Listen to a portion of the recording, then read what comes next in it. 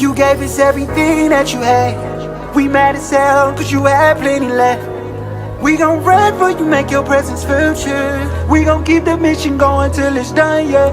But you gone too soon. Ooh, nah, nah. Ooh, nah, nah. Gone too soon. Ooh, nah, nah. Had to share the tears with a homie cause you gone too. Hey guys, welcome back to my channel. A lot has happened in the past 2 weeks since I've recorded. One of my videos has actually hit, I think it's over 8.1k, which is exciting for me. That's George's honor walk, which is like the biggest video because obviously it's the whole point, it's the whole mission. So I'm super excited and I just want to thank you all for sharing it. This is good. I think this is episode 6 already. If I'm counting correctly, it's episode 6. This episode I'll be going over mortuary meeting. I kind of want to start talking about things that have been happening to me, like signs, what I'm hearing. And yeah, I think that's it in this episode. So if you have not subscribed, please subscribe, hit the like, notifications, because I'm supposed to be posting on Fridays, but sometimes that doesn't happen, and I'm supposed to be posting weekly, but sometimes that doesn't happen. So post notifications would be great if you enable those. Thank you guys for taking the time to watch this video. So I'm gonna get right back into it. Okay, so like I told you guys before in the last episode, how it didn't happen the way we wanted it to with the nice big venue, how we wanted to go with Forest Lawn, because they were still restricting us and wanted us to be, I think the capacity was 35, 45, whatever I had said. So my husband's best friend's wife she sent me a lady, and that lady got a hold of my ex-sister-in-law and she told her, let's meet up. So we set a meeting for Monday. That happened to be here in Fontana, which is close, and everybody knew it. It used to originally be Dickey's Mortuary, and it took over my new owners. It is Fontana Mortuary, and I was not expecting to love it as much as I love it. So we get in there and we meet with Lorena, and Lorena is like my favorite person. I adore her. I still keep in contact with her from time to time. She has just been great. She welcomed us in with open arms. At that time, it was myself, my husband, the kids had went with us, Sandra, Joanna, and the boys. So we sat down and we kind of like laid out. She basically said, what are your plans? Told her what we wanted. She asked how many people were expecting. I didn't really have a number because, again, when you're going through this, you're not thinking of who's going to come. You're kind of just thinking of how it's going to get done, how everything's going to happen. Sorry about that. Hold on a second. So, like I said, she sat us down and she basically laid out like what are our expectations, what were our plans. So in the beginning, we didn't really know like what we wanted to do, except for the fact that Jeffrey had said he wanted it to be a celebration, a big party. So you sit there, you kind of like, they go through, okay, well, there's this and that. And so we got to remember that George was already in Nevada.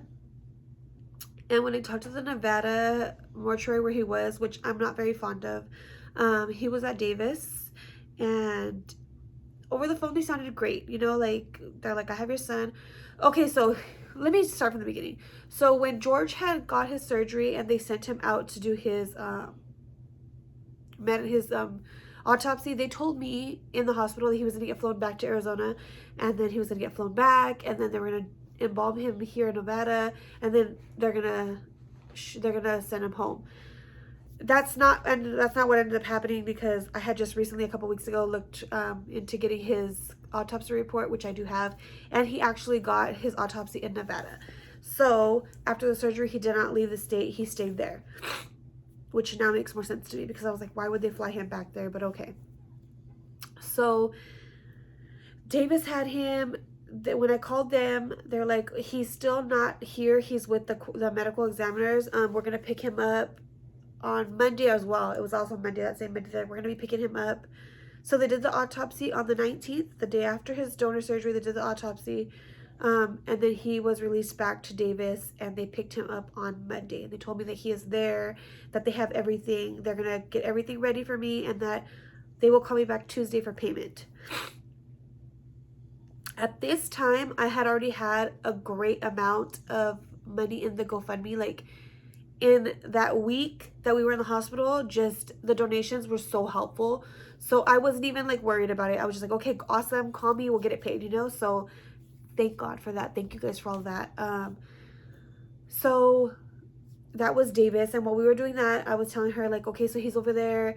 So we have to talk about, do you guys charge me to go pick him up from the airport? Like all of that extra stuff. So she lays out a list of like that it includes this, and that. She walked me around. So Fontana Mortuary has a huge kitchen. It has a lot of parking.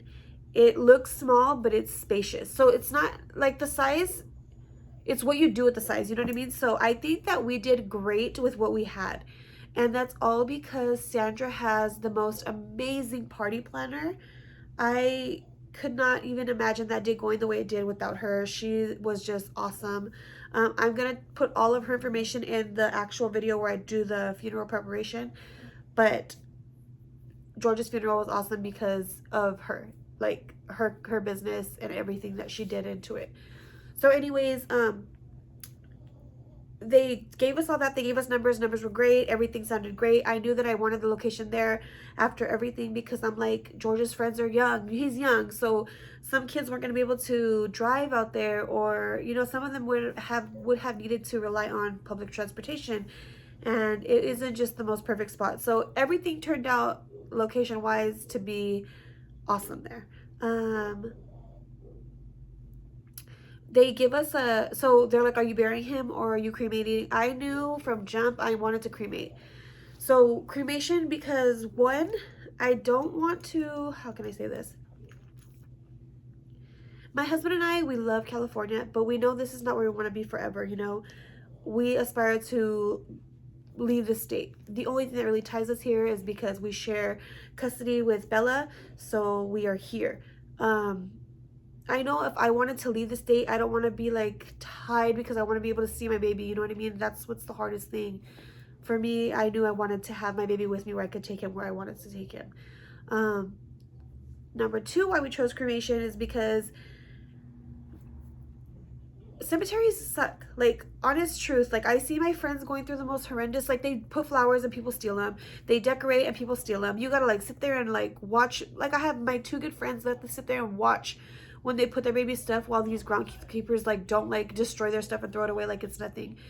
That's another thing. I don't have the patience for it. And knowing my husband, we would get into big old shit, sorry for my language, but with these people, because we just wouldn't tolerate it.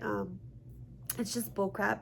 And I didn't want him in the ground. I don't want to be in the ground. I wouldn't want my baby to be in the ground. I just love that he's here, he's home, you know, and I could, my kids have access. It's just peaceful, you know.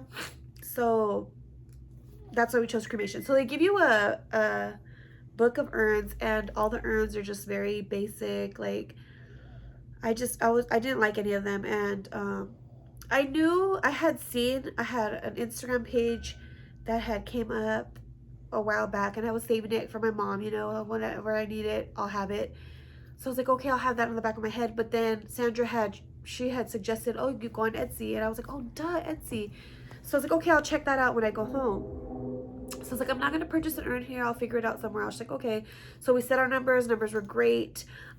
She had also asked me if we wanted to do any kind of motorcade. And I was like, I would love that. Like, she goes, a lot of people like to drive him back home, drive him to his school. Like, you know, I'm like, well, we basically live off of Foothill. Let's do this. Let's take him home one last time. And then we'll just ride home. Ride from home to the mortuary.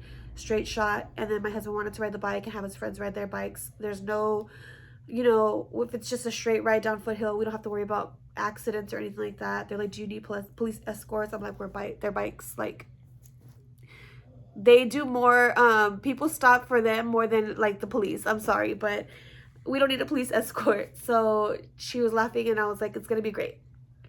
In my head, I already knew how everything was gonna play out with the motorcade. I just knew it was gonna be beautiful. I knew it was gonna be something he wanted, because he's always been fascinated by it. He was getting more and more fascinated by it as he got a little older, but I'm not gonna get emotional. So yeah, so that was planning with the mortuary. We said everything. She told me that as long as everything is paid in full, by the time, I think it's 2 days before the actual funeral, then we're good to go. That when I hear from Davis, when they're ready to ship my baby home, to let her know and she will go pick him up. Everything was set. That was it. We're good to go. I signed paperwork and we left. Right off the bat, Sandra was like, okay, let's figure out the food and everything. And I was like, which is good. Like, I'm glad that I had somebody there to kind of hold my hand and just take the lead, because I was just still numb. My husband and I couldn't even, like, we were just like walking zombies, you know what I mean? So from there on, I will talk about that in the actual planning video. From here, I kind of just wanted to talk about when George's friends actually came to visit, when we were doing the whole candlelight and everything a little bit before. Everybody always asks, like, even in the comments, people ask, like, you know, like, why George? And that's the one thing, like, I remember when Johnny and his mom came, Johnny was like, Johnny is George's best friend, by the way, but he was like, you know, like, out of all of our friends, like, out of all the group, like, why him? Like, why him? And I asked myself the same thing, like, George is the most sweetest kid. Like, this kid never got into anything. Like, like, some kids, like, okay, if my son was, like, a gangbanger, who's out there looking for it, or, you know, and he got shot in the streets, I'd be like, okay, you know, like, he was looking for it, you know what I mean? Like, at the end of the day, you can't sit there and cry wolf, because I'm not gonna be like that mom on, you know, all like, oh, my kid was an angel, like, you know what I mean? Like, let's be real. If that's my son was out there doing that stuff and he was hurting people, and, you know, like, that retaliation came back for him, okay, I get that.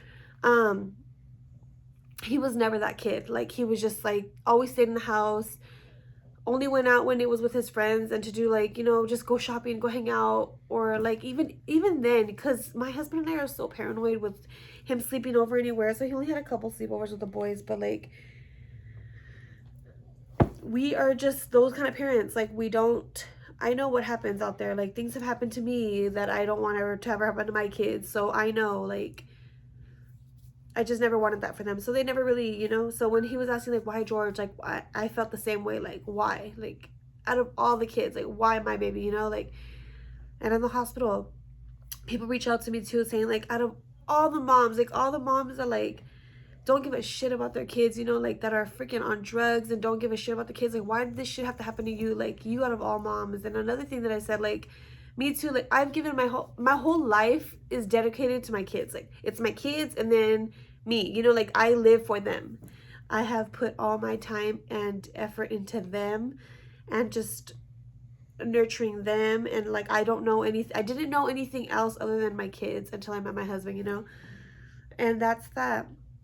Jeffrey was already 10 and George was 8 and Audrey was 7, so all those years it was mainly, like, myself and my kids, and that's all I knew, like, just being a mom.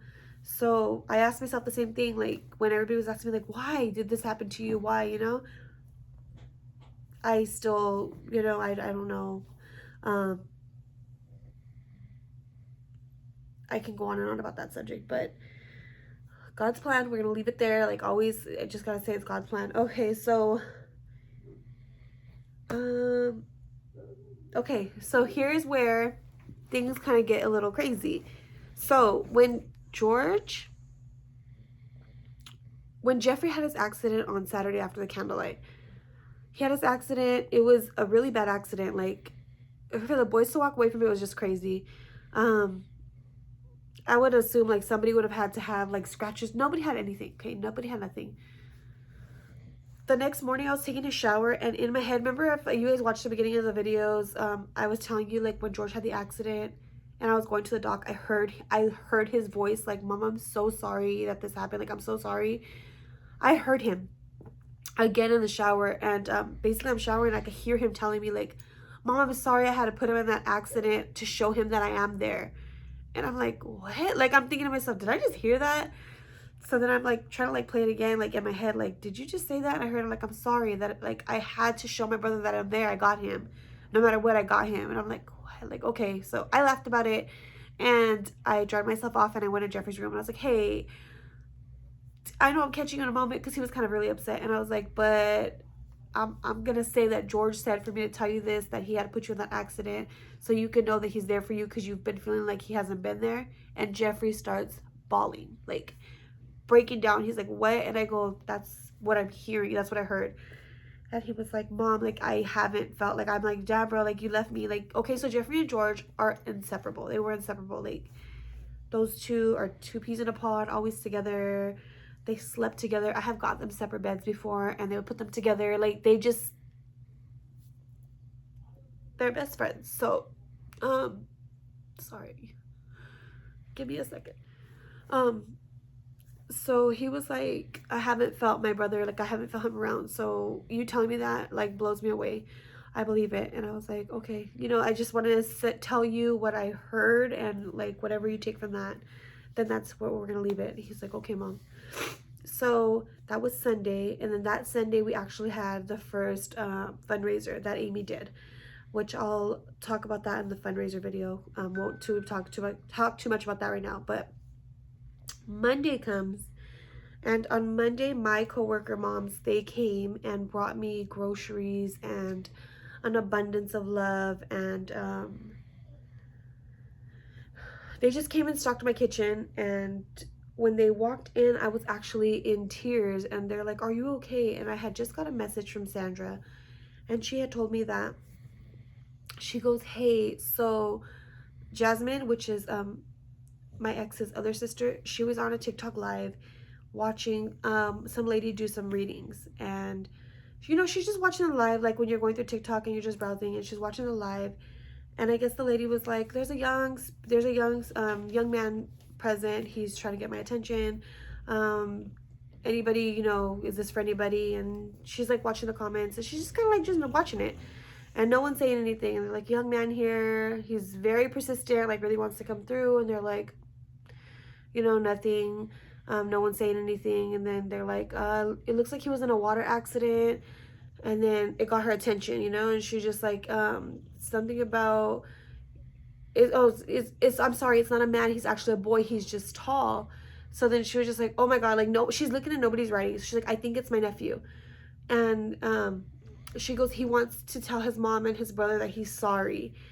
And she was like, oh my God. So it took her back. She's like, okay, that he's sorry, that he watches over a man who works with his hands, and he had like a neck injury. So obviously with George, it was the back. So those three things, her telling me that was the first message. I was like, what the, like, what? And I just started crying, just to finally hear, like, you're on that side over, like, just to tell me something. So George and I are we're very empath, and he's he's always been very clairvoyant. He would see things, he would hear things, and he's always like send me TikToks, and like we've always been into that, like, so he would always send me things, and he knew basically how to talk to me. So being on the level that we're both spiritual like that, like I knew that it was him for sure. And then the way she said it, I was like, okay, for sure. So I was crying, and I felt good, and that was fine for me, like she said that he's okay, and that was it. It was basically like a quick message. And then she told her after, like, sidebar, like, when did he pass? She's like, just recently. She's like, wow, this is crazy, because like, spirits don't really come across that fast. And he's like, he was persistent, like, I need to give a message, like very persistent. And she was just like taken back by it. And I'm like, wow, like for it to be some random reading, because when you're on those TikTok readings, it's by chance that they read you, and she wasn't even looking for a reading. It was more of like, hey, somebody's here, I need to give a message, let me just give this message. For whoever that TikTok person was, thank you. I appreciate it for you taking the message. And Jasmine, thank you for receiving the message. That was the first message, okay? Because this is the first of many. And I actually want to make an episode on just that. There has been so much communication, and it's awesome. Everybody's messaging me about, do you see the orbs in the video? Yes, I see them.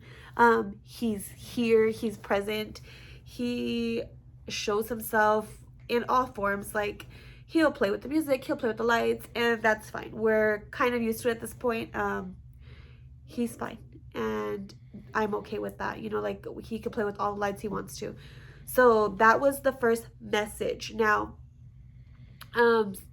Laura, when she had the girls, they went to the park. I want to say it was during the weekend too. No, it wasn't. I'm lying. I think it was when we were actually at the hospital still, before he had even like passed. they had seen, they were walking and there was a boy skating, but he was far away. Like they're just walking, minding their business.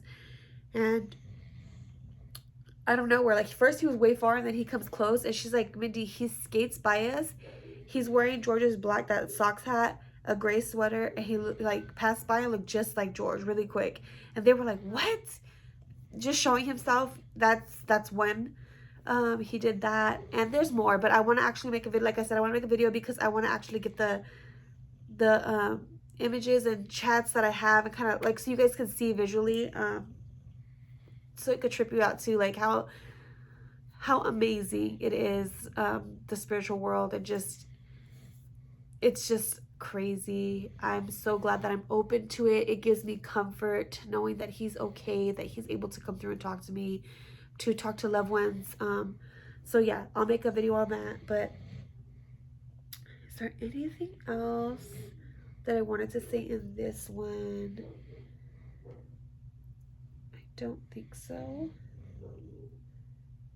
I don't think so. So I know that this is going to be a short one, but it's kind of like just touching base on the last video. If you guys hear snoring, I'm sorry. I have my husband who just got off work right here, and then I have 2 dogs right here on the floor snoring. So if you hear snoring, it's them. It's not me breathing, I promise. I'm trying to think if there's anything else. You guys see me doing this a lot, I know. And if that's that, I write notes, okay? Like, I don't come unprepared, but my mind is still all over the place. I'm trying to think. I think that that's it from this point. I just want to say thank you guys so much for just, for coming back and watching me. I appreciate all the love. I'm probably going to stop right here. So in the next video, if you see me like this again, don't judge. It's because I want to put that video together in its own little entity, its own little video of the messages and stuff. So yeah, I think that's it. So I will see you guys hopefully next week. Stay tuned to my amazing son's story. Thank you guys for just being so into wanting to know about his journey. This journey, even after life, is amazing. Yeah, that's it for now. I will see you guys later. I love you. I put in the vials. I took mine out because I actually got mine tattooed on me right here. I'll have a video on the tattoos later, but I got his heartbeat rhythm. And then the before Bella left, they came and did her handprint with George.